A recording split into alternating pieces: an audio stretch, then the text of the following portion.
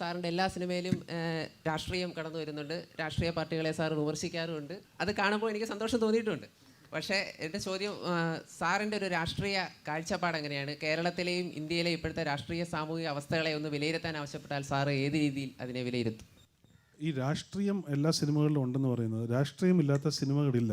ഇപ്പോൾ നമ്മുടെ ഒരു കുടുംബ സിനിമ എന്ന് പറയുന്ന ഒരു സാധനമല്ലോ, കുടുംബ സിനിമ എന്ന് പറയുന്ന സാധനത്തിൽ വരെ രാഷ്ട്രീയമുണ്ട്. നമ്മളൊരു ഹസ്ബൻഡ് ആൻഡ് വൈഫിൻ്റെ ഒരു ഡേ പരിശോധിച്ചാൽ അതിൽ രാഷ്ട്രീയപരമായിട്ടുള്ള കോൺവെർസേഷൻസാണ് മൊത്തം. ഇൻ്റർപേഴ്സണൽ പൊളിറ്റിക്സ് എന്ന് പറയുന്നത്. അപ്പോൾ every film is a political film. Political പാർട്ടീസിനെ കുറിച്ച് പറയുന്ന സിനിമകൾ മാത്രമല്ല പൊളിറ്റിക്സ്.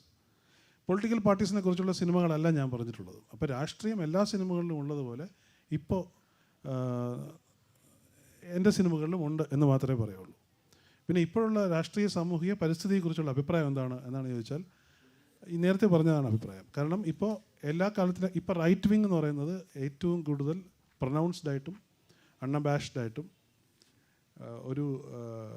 അതിൻ്റെ ഒരു അസർഷൻ്റെ സമയമാണ് എല്ലാ തലങ്ങളിലും. നമുക്കിപ്പോൾ റൈറ്റ് വിങ് മാത്രമേ ഉള്ളൂ സത്യത്തിൽ ഇന്ത്യയിൽ. ശരിക്കും അതിനെ എതിർക്കാൻ കെൽപ്പുള്ള ഒരു റിയൽ ലിബറൽ ഫോഴ്സ് ഇന്ത്യയിൽ ഇനിയും ഉരുത്തിരിയേണ്ടിയിരിക്കുന്നു. അപ്പോൾ ആ ഒരു അവസ്ഥയാണ് ഇന്ത്യയിൽ ഉള്ളത് എന്ന് മാത്രം അനുശോചിച്ചുകൊണ്ട് ഞാനത് നിർത്താം.